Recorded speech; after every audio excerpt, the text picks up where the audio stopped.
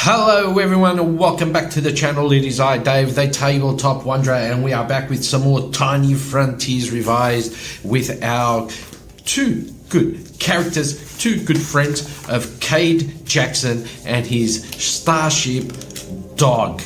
In the last episode, yes, it has been a couple of weeks now because, I've talked about that in other videos, so no point in going through all of that.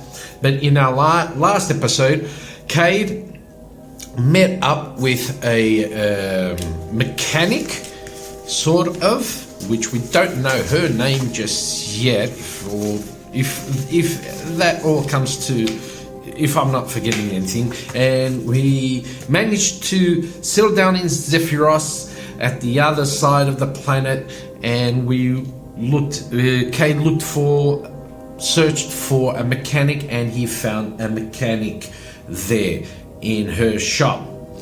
But as they were walking out of the shop,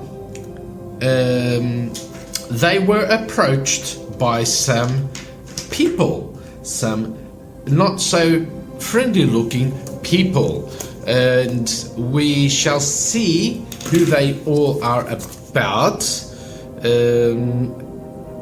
And I forgot to do the session 4 thingamajigs there, so whatever.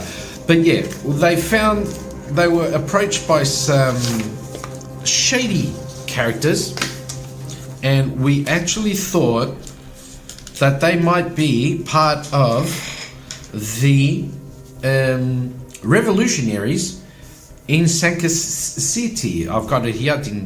Didn't put it over that. Didn't rewrite everything over there. And they were 2 humans and 1 alien, and there was also someone that was sniping Kade all over at the other end of the street, I guess. So that's where we are today, and we are going to pick it up right there. So Kade, our mechanic friend, and these 3 shady people, persons, or 2 humans and 1 alien. They made their way down the street along Sankas City. Now, the city isn't that well traveled. It is a derelict sort of city, with the major city of Zephyros on the other side being the capital city, where everything is happening, so to speak. And this is just like a small little city on the edge of that continent of Zephyros's mainland. And they're walking through, and Kade turns to who he assumes is the leader of this gang, so to speak, and says, "Oh, okay, then who are you? You know who I am, so how about you tell me who you are?" And the fella turns to him and goes, "Doesn't matter who I am. All that matters is that you are here, and you are with us, and you are going to stay with us." And Kade says, "Okay then, but what's all this about?" And the fella says, "The boss will tell you." And they continue on their way. All along, the female mechanic is just she's really upset because Kade just got her mixed up into something that she did not want to be part of. She has no idea what's going on, neither does Kade. But yeah, and they keep on going, and she's always bickering and moaning and stuff like that. And they cut off into this alleyway. The lights, the street lights, they just fade away as they continue going through the alley. They just fade away, and all the light that reaches the ground right now is the small light that comes from the moon at this point in the evening, and that can manage to go through the protective dome of the city and it just shines this sort of eerie, greyish, bluish, tingy sort of light. It is enough for them to walk by and not trip over stuff, but it isn't very bright. And they get to the end of that alleyway, and it's a dead end. And Kade just starts to grin and goes, well, I guess you got lost, eh? Don't know where you're going. And the leader of the gang, he turns to Kade, looks at him, and he just puts his hand up against the wall, and Kade hears this click, and the wall just goes whoosh, and he descends into the ground, and from beyond that, Kade can see sort of blue-green neon lights in through this whole sort of hallway, corridor sort of thing. And the leader turns to Kade and to the mechanic and says, after you, go ahead. And so the two of them walk in, and the other three, the two humans and the other species, the alien, go in behind. And Kade looks back just in time to see the wall lifting and closing up the entrance of this crazy little thing. They continue going down the corridor until they get to these stairs, metal stairs. They go down the metal stairs. They keep on going, and eventually, about a couple of minutes later, they arrive at this big room. And at the end of the room, there's this big, massive metal table. And behind the metal table is this man. He's not human. He's sort of like reptilian, the sort of species. But he's a big dude, right? Long black, jet black hair. And he's sitting behind the table, the desk sort of thing. And he looks up and he looks at Kade and says to the human, is this him? And the human turns to him and goes, yes, we believe so. We tracked him down after we went to the space. Okay, let me say this. We tracked him down after we went and saw where the pulse emanated from. And apparently it came from his ship. So yeah, it's him. It has to be. And Kade's just looking around, getting all this information, and he says, wait, what do you mean the pulse emanating from my ship? And the fella from behind the desk turns to him and goes, well, Mr. Jackson, it seems that you have something of great importance on your ship. Kade goes, my ship? I've got nothing on my ship. Got nothing whatsoever. Now, Jackson, we do know you have the crystals. And Kade says, crystal? What crystal? I got a bit of glass, something. That's all I got. And the human turns to him, come on, Kade. We know you were in Lunaveth. We know you were in the compound. And we know you took the crystal shard. So all we want is the crystal. And Kade says, wait.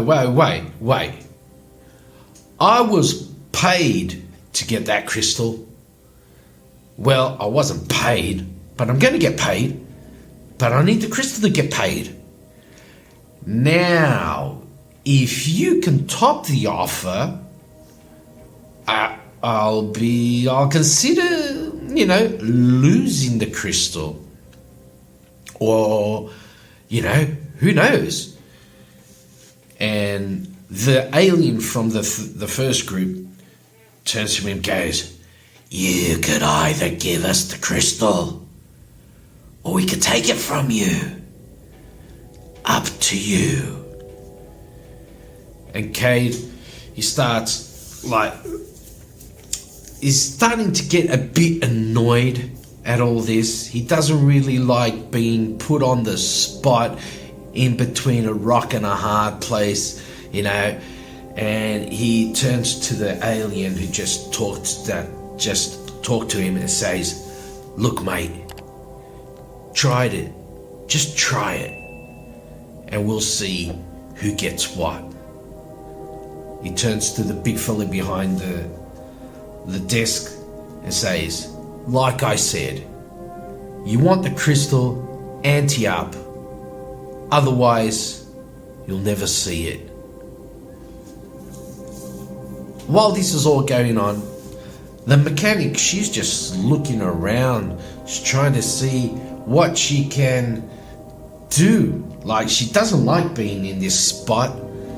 And so they're continuing to argue and talk and stuff like that. And she's slowly making her way to the other side of the room where there's these metal, metal shelves along the wall with some tools and stuff like that. And she makes her way slowly across that, and she sees that there's this sort of a metal tool with a pointy bit on it, and she recognizes that as something that is used to poke holes into stuff. And she leans her back up against the shelf, and she manages, without anyone noticing, she picks that up and she keeps it in her hand, like basically just like that, and behind her back. All the while, Kade is now starting to get a bit loud, if we could say that. And the fella from behind the lizard person from behind the desk holds up his hands and goes, Wait, Jackson. Don't get too annoyed. We can certainly come to an arrangement. You see, we need the crystal." And Kade says, "Okay, but why should I give you the crystal? What do you need the crystal for?" And so the lizard, he turns to Kade and he gestures to Kade to sit down on the chair that's right in front of him. "Please." And Kade sits down, and the lizard person sits down behind him, behind the desk in front of him, and says, "Do you know what the crystal is?" And Kade says, "No, have no idea what the crystal is. All I know is someone from Orion Prime offered me a lot of creds to go to Lunaveth and get this crystal. And I didn't even know it was a crystal until I got to Lunaveth. So no, I do not know what the crystal is." And so the guy from behind the desk says, "Okay then, Mr. Jackson, let me tell you a little story." And he proceeds to tell Kade the story of the Lunaveth and its downfall. And that was basically what we got on the first or the second session, where we found out, but Kade didn't know that at the time, but we found out that there was this, what Kade knew was there was a scientific expedition to Lunaveth, and the scientific expedition found out that the mining of Lunaveth was what brought down the downfall of Lunaveth. However, that was not the complete truth. And this lizard person now is starting to explain to Kade what really happened to Lunavith. That the miners, so Lunavith once was the center of this sector because of the crystals. The crystals were the major produce of Lunavith, and it was the thing that made everything in the whole sector, in the whole galaxy run. So these crystals were basically sort of like power crystals with infinite sort of power in them. But after a while, the miners discovered, the people that were mining these crystals, they found out that they could use the crystals to make wormholes and make space travel faster and safer. No more were there going to be attacks by pirates. No more would they have to venture through dangerous nebulas and stuff like that. But that was something that the miners found out.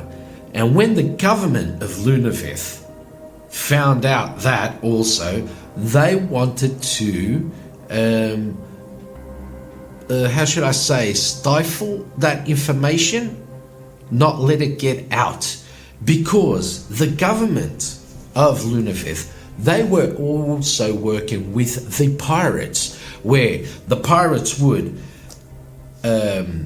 attack the trade routes. So if we go here, we can see, where do we have that? I have the map right here somewhere. So the pirates would attack the ships that were taking the crystals to and from, or to Orient Prime, and then bringing back the goods and stuff like that. But the government, because that was happening, the government was also taking a good chunk of the cut of the black market when the pirates would sell the crystals on the black market. So members of the government will get a pretty good deal out of that. And with the miners discovering that they could potentially make wormholes from Lunavith to Orient Prime, or to Darakthar, or to anywhere along the sector, and like basically just not have to go through all of these, just, you know how a wormhole works, they're here and the next minute they're over there. So the government, they didn't want that information to get out, and so there was this big sort of revolution of the miners coming to trying to seize power over Lunavith, over the government of Lunavith, so that they could share this information with everyone in the sector and make space travel much, much safer.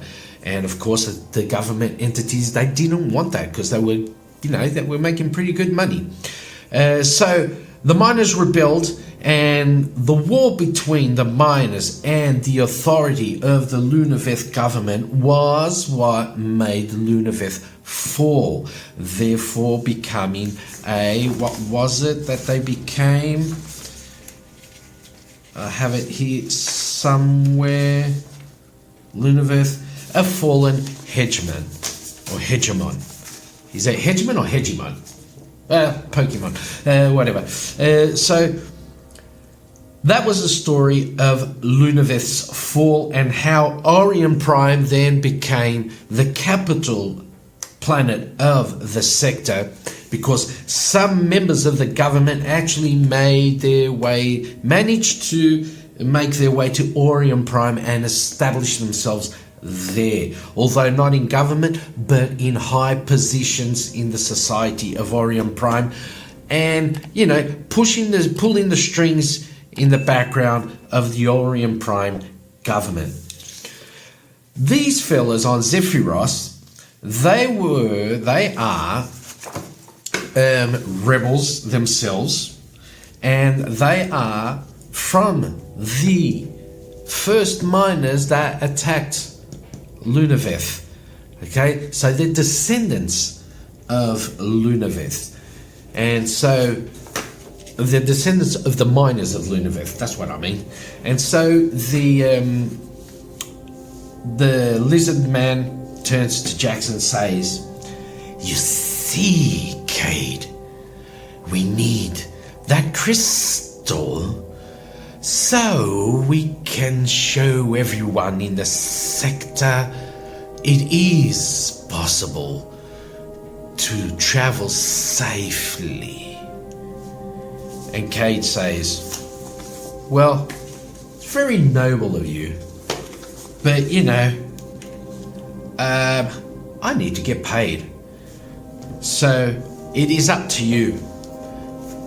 You want to pay me what I want, or do I just move along?" And the human from the first group says, "Kade, you don't get it. You're not going anywhere until you give us the shard, the crystal." And Kade, he starts rubbing his hands, and as he's rubbing his hands, he taps his watch, and that enters into communication with D.O.G. And he says, "Well, if you're not gonna let me go without giving you the shard, I guess then I'll stay, but my ship will leave." And they start looking at each other, and the lizard man says, "What do you mean your ship will leave?" And all of a sudden, the comm link starts to